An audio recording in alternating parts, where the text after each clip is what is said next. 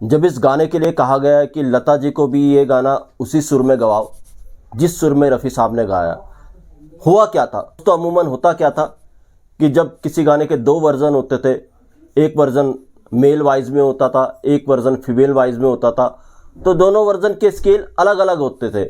मगर इस गाने में पेच ऐसा फंसा कि प्रोड्यूसर को कहना पड़ा कि लता जी भी उसी सुर में गाएंगी जिस सुर में रफ़ी साहब ने गाया है। और इस गाने के साथ वैसे भी कुछ अदला बदली हो चुकी थी। कौन सा एक गाना था, क्या अदला बदली हुई थी, ये पूरा किस्सा आज मैं आपको बताऊंगा। क्यों लता जी को रफ़ी साहब जैसे सुर में गाना पड़ा और फिर लता जी शंकर जयकिशन से नाराज़ हो गई थी। तो दोस्तों बढ़ते हैं वीडियो के आगे की तरफ। मेरे चैनल पर नए तो चैनल को सब्सक्राइब कर लीजिएगा, बेल आइकन भी प्रेस कर लीजिएगा ताकि नोटिफिकेशन आप तक पहुंचती रहे। नमस्कार, मैं महेश कोहली बॉलीवुड संगीत के सफर से। तो दोस्तों सबसे पहले मैं इस गाने के बारे में बताऊंगा कि इस गाने के साथ धोखाधड़ी हुई कैसे थी, फिर बताऊंगा इस गाने को रिकॉर्ड कैसे किया गया। दोस्तों हुआ क्या था, राज कपूर साहब जब एक फिल्म बनाकर कंप्लीट कर दिया करते थे और अपने जब दूसरे प्रोजेक्ट की तरफ बढ़ते थे, दूसरी फिल्म की तरफ बढ़ते थे, दूसरी फिल्म पर वो काम किया करते थे, तो राज कपूर साहब संगीत पर बड़ा ध्यान दिया करते थे। तो राज कपूर साहब की एक फिल्म का काम पूरा हो गया था, एक फिल्म सिनेमा घरों तक पहुंच गई थी, वो थी जिस देश में गंगा बहती है।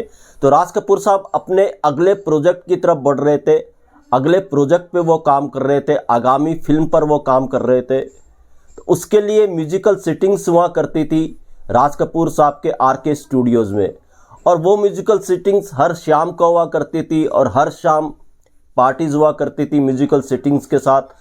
राज कपूर साहब की सारी म्यूजिकल टीम वहाँ पर मौजूद हुआ करती थी। शंकर जयकिशन साहब हो, मुकेश जी हो, हसरत जयपुरी साहब हो, शैलेंद्र हो, ये पूरी टीम वहीं पर होती थी और गानों पर डिस्कस हुआ करता था। तो इसी पार्टी में कभी कभी शम्मी कपूर साहब भी पहुँच जाया करते थे। तो राज कपूर साहब की आगामी फिल्म की म्यूजिकल सिटिंग हो रही थी, पार्टी का दौर जारी था। तो उस मीटिंग में गीतकार हसरत जयपुरी साहब को एक रोमांटिक सिचुएशन के लिए राज कपूर साहब को गीत सुनाने थे, बताना था हसरत जयपुरी साहब ने उस रोमांटिक सिचुएशन के लिए जो राज कपूर साहब की आगामी फिल्म थी, हसरत जयपुरी साहब ने कैसे गीत लिखे हैं। तो हसरत जयपुरी साहब 2 गीत राज कपूर साहब के लिए लिख करके लाए थे उनकी आगामी फिल्म के लिए। तो इस पार्टी में शम्मी कपूर भी मौजूद थे। तो जब पहला गीत हसरत जयपुरी ने राज कपूर साहब को सुनाया तो राज कपूर साहब थोड़ा नशे में थे। तो राज कपूर साहब को जब पहला गीत सुनाया तो राज कपूर साहब ने पहला गीत तो सुन लिया हसरत जयपुरी साहब के मुंह से। हसरत जयपुरी जैसा ही दूसरा गीत राज कपूर साहब को सुनाने लगे तो राज कपूर साहब पूरे नशे में आ गए, उनको पता नहीं चला कि कौन सा दूसरा गीत हसरत जयपुरी साहब ने राज कपूर साहब को सुना दिया। एक तरफ हसरत जयपुरी राज कपूर साहब को गीत सुना रहे थे तो दूसरी तरफ शम्मी कपूर साहब निगाहें गाड़े हुए थे हसरत जयपुरी साहब पर। हुआ क्या, शम्मी कपूर को दूसरा गीत बहुत अच्छा लगा हसरत जयपुरी साहब का। अब शम्मी कपूर भी इधर अपनी एक फिल्म पर काम कर रहे थे और शम्मी कपूर साहब की फिल्म में भी एक रोमांटिक सिचुएशन थी जिसके लिए गीत चाहिए था। तो शम्मी कपूर को लगा क्यों ना इस गीत को वो अपनी फिल्म में रखें। सिमिलरिटी क्या थी राज कपूर साहब और शम्मी कपूर साहब की फिल्म में, म्यूजिक डायरेक्टर एक ही थे शंकर जयकिशन, गीतकार भी एक ही थे हसरत जयपुरी साहब।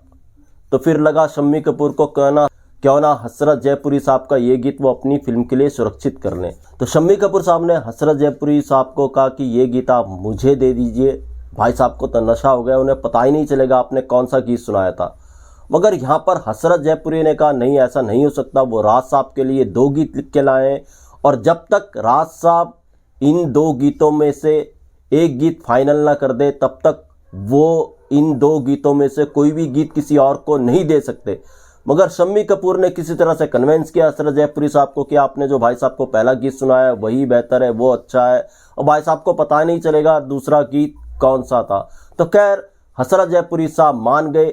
इस तरह से इन 2 गानों का बंटवारा हुआ है। जी हाँ, ये 2 गाने कौन से थे?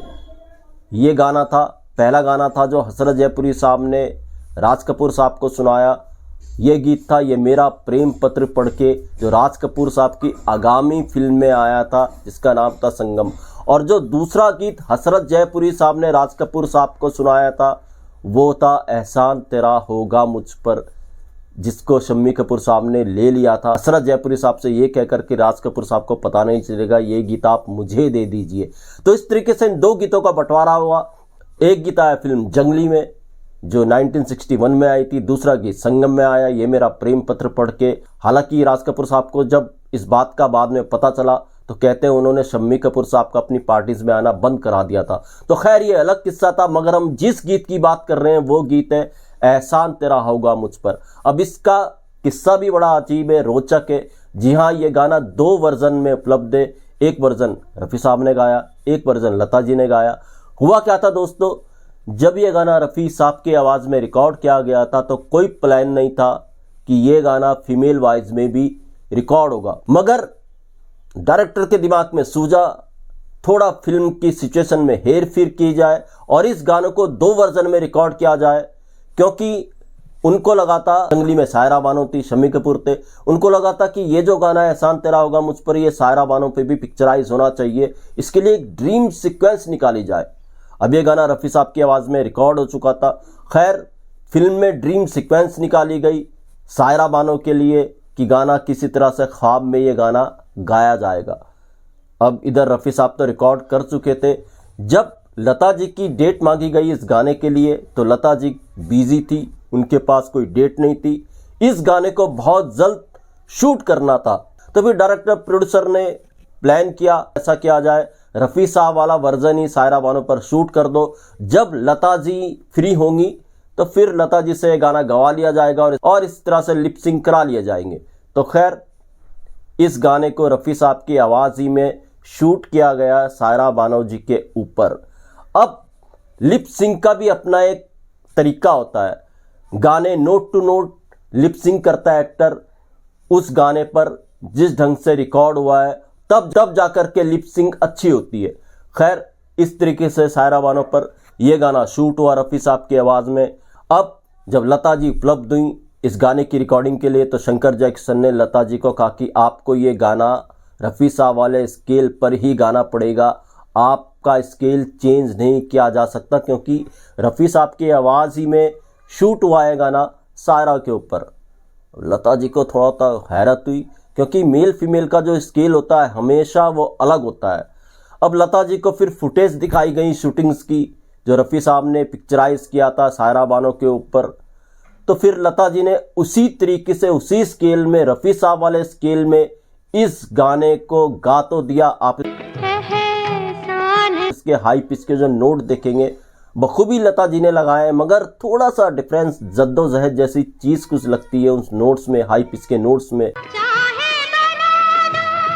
तो खैर लता जी ने बखूबी इस गाने को गाया, बहुत अच्छा गाया, मगर जैसे इस गाने की रिकॉर्डिंग खत्म हुई लता जी ने शंकर जैक्सन को सुना दिया, देखिए मैंने आपके कहने पर यह गाना गा तो दिया, मगर आइंदा से याद रहे मेल और फीमेल के हमेशा सुर अलग होते हैं, स्टाइल अलग होता है, तो फीमेल का अपना एक तरीका होता है। आज तो आपने गवा लिया, आइंदा से इसका ध्यान रखिएगा। तो लता जी ने सुना दिया इस बात को शंकर जैक्सन को, मगर मजबूरी थी शंकर जैक्सन की भी, डायरेक्टर प्रोड्यूसर की भी, क्योंकि जो नोट होते हैं एक जैसे दिखने चाहिए लिप सिंक होते हुए। सायरा जी ने बखूबी लिप सिंक किए थे रफ़ी साहब की आवाज़ में, फिर लता जी को रफ़ी साहब के ही स्केल में गाना पड़ा, मजबूरी थी क्योंकि लिप सिंक रफ़ी साहब की आवाज़ में हो चुकी थी। तो दोस्तों ये था एक नायाब गाने का किस्सा, ऐसे किस्से मैं आपके लिए लेकर के आता रहूँगा। महेश कोहली को दीजिएगा इजाज़त, good bye, good luck and take care.